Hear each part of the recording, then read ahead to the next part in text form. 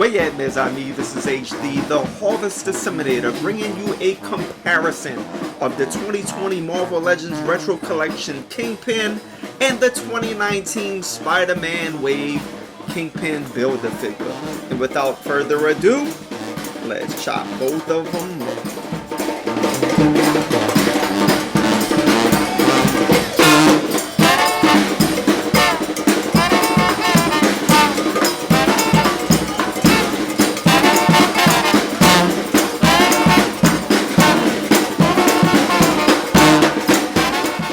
Let me say at the outset that I am extremely excited for the re-release of this figure.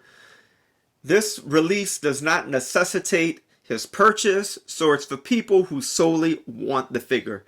The 2020 release is not coming with a Build-A-Figure, so you don't need to buy him to complete a Build-A-Figure. He is a Build-A-Figure himself. It is an exclusive, and I think it's very appropriate in the way that they are releasing him. In my mind, I really wish that Hasbro would in fact release and create an archives wave, or an archives line for Marvel Legends, much like we got with the Star Wars Black Series. They gave us an archive line with those figures, because there are several Marvel Legends that collectors have missed out on. They want to put in their collection, but they're just absolutely unobtainable because of price point.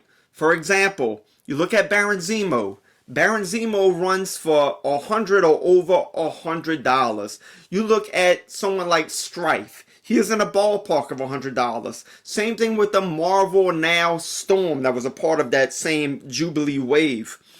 In fact, the whole Jubilee wave is unattainable. It's just way too expensive. You look at older figures like Mold Man that we missed out on, some collectors, and they're just really expensive on Amazon and eBay. So I really wish that Hasbro would create this archives line to allow some collectors to catch up on some figures that they actually missed. Granted, I know this retro wave is sort of like that, but it's sort of not at the same time. If we had something that was clearly archives, that would be great. Now let us compare the 2020 figure with the 2019 Build-A-Figure. The first thing that's going to pop out at you is the color scheme. So with the 2020 release, we're going to get those iconic purple pants. We're going to get this orangish, yellowish vest with black buttons on it. A big difference is going to be that with the 2019 Build-A-Figure, we had this black shirt with the purple necktie. With the 2020 release, we're getting that iconic ascot that he wears. So it's going to be a light blue. There's a little diamond, a pearl right there in the ascot lapel pin.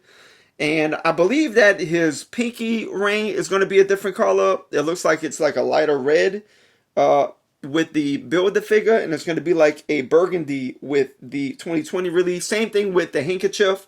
The handkerchief on the Build-A-Figure is a dark purple, and on the re-release, it's going to be like a burgundy color as well. His arms are going to be completely the same, along with the jacket. It's white. That's iconic Kingpin, comic book accurate. And his shirt under his jacket is going to be black, just like the Build-A-Figure as well. With his cane, the Build-A-Figure's cane is black. It almost appears like the re-release, the 2020 release, has a brown cane. Because when you compare that cane to his shoes, they seem to be a different color, and the cane appears to be brown. I don't have the figure in hand yet, so it's hard to say. With the head sculpts, number one, with the neutral portrait, it is exactly the same, minus with the Build-A-Figure, you do have these grayish eyebrows, whereas on the 2020 release, they're going to be like black, like dark black eyebrows. Otherwise, they seem to be exactly the same. With the enraged portrait, you can see that, you know, he doesn't have those battle scars, and he does in fact have those like lightish brown, grayish eyebrows.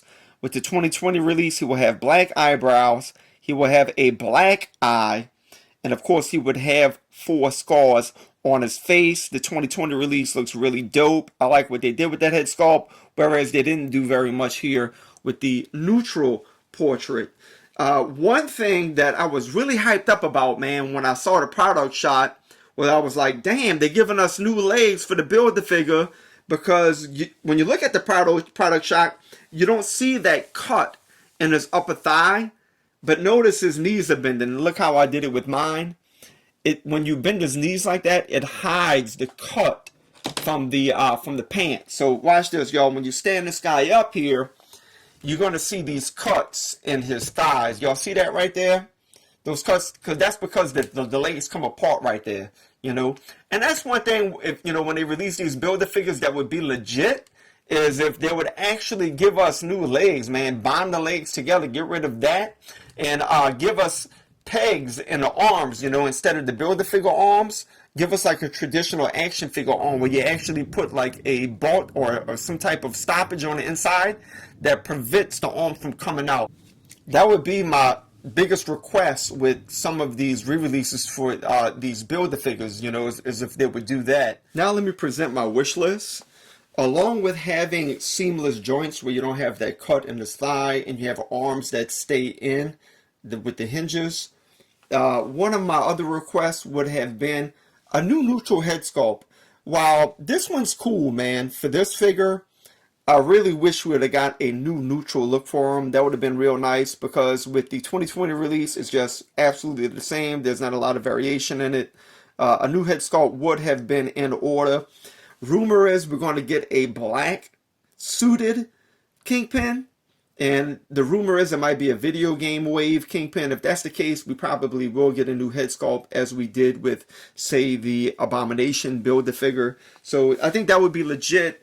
Another one of my biggest requests on my wish list would be a cigar. If you do an internet search of Kingpin, this is the first image that's going to pop up simply because it's part of his Wikipedia profile. This image was drawn by David Mazzucchelli. David Mazzucchelli drew Kingpin in the 1980s. He actually partnered with Frank Miller to create the very popular Daredevil Born Again story arc. The Netflix series of Daredevil took elements from that comic book arc and used it in the show. Very powerful story. I highly recommend reading it. And if you do read, or if you have read it already, almost every panel in that story arc where Kingpin is portrayed, he's smoking a cigar. All right. So I really wish that we would have got a cigar with this guy, man. Is it asking too much? When we got the release of the SDCC Hulk, what was that? I believe that was last year. He came in this white cardboard box. Same thing with the Gray Hulk release.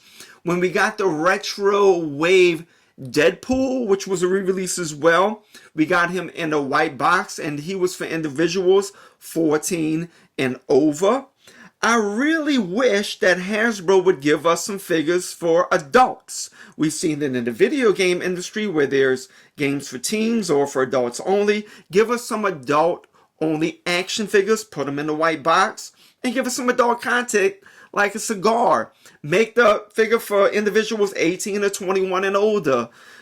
Honestly, most collectors buying these figures are adults. We're over 21 years old.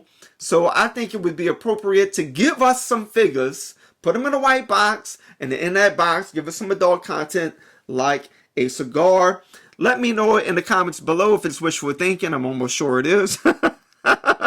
But let me know if you would like to see some adult stuff like that in the box. So that would be my number one request with this guy, would be to have a cigar smoking Kingpin. Here is a side-by-side comparison of the actual 1990 Spider-Man animated series Kingpin and the 2020 Retro Collection Marvel Legends release. The packaging is almost completely the same.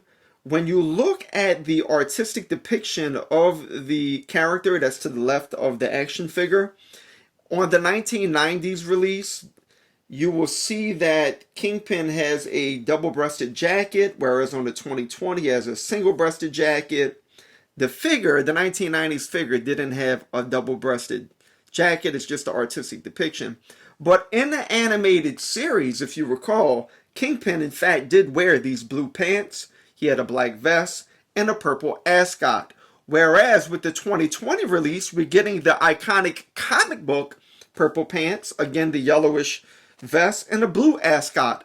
And of course, this is a comic book portrayal of the figure. Again, we could reference the David Mazzucchelli image right here. It is the exact same presentation because this 2020 retro release is a comic book release. It is not an animated series release.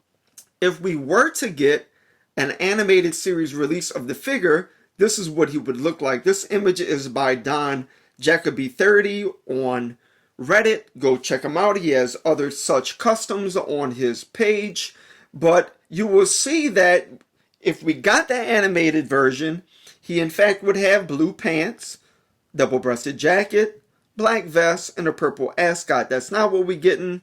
We are in fact getting a comic book version of the figure, and I'm happy with that. I know there's several collectors that have picked up the build the figure and never built the figure simply because they didn't like the Spiderman wave that the Kingpin build the figure came in. I personally really like that wave. In that wave we got Silver Sable, we got Night Thrasher, Puma, Red Goblin, we got a new release of Black Cat, we got a symbiote Spider-Man. We did get a 6-armed Spider-Man.